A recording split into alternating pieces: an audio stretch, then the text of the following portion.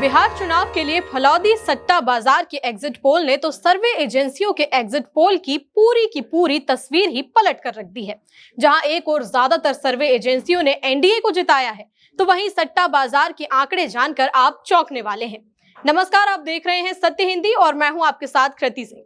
फलौदी सट्टा बाजार के एग्जिट पोल कहते हैं कि बिहार में एनडीए और महागठबंधन के बीच कांटे की टक्कर देखने के लिए मिलेगी।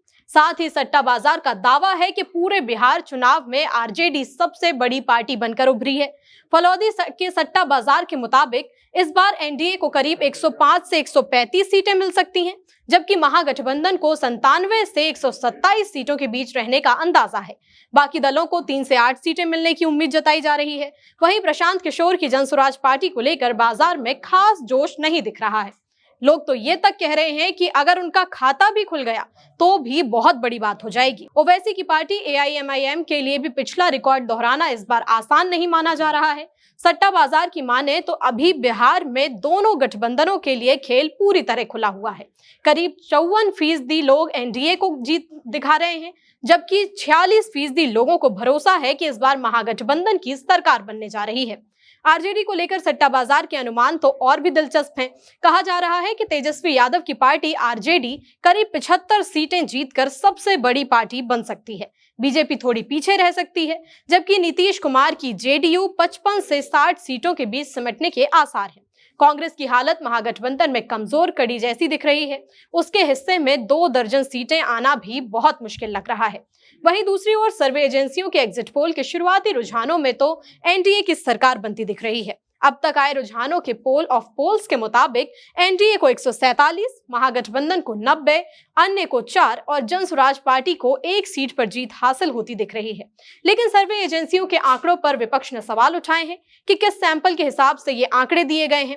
आरजेडी नेता और महागठबंधन के सीएम फेस तेजस्वी यादव ने भी बुधवार को प्रेस कॉन्फ्रेंस कर कहा कि ये जो एग्जिट पोल के आंकड़े हैं ये सब गलत हैं।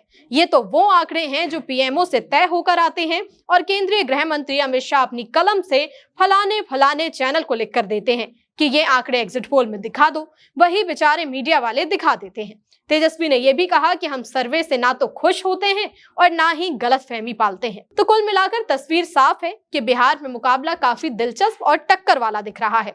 जहां सर्वे एजेंसियों के एग्जिट पोल एनडीए की वापसी दिखा रहे हैं, वहीं फलौदी सट्टा बाजार का अनुमान कुछ अलग ही कहानी कह रहा है, जिसमें आरजेडी को सबसे बड़ी पार्टी माना जा रहा है।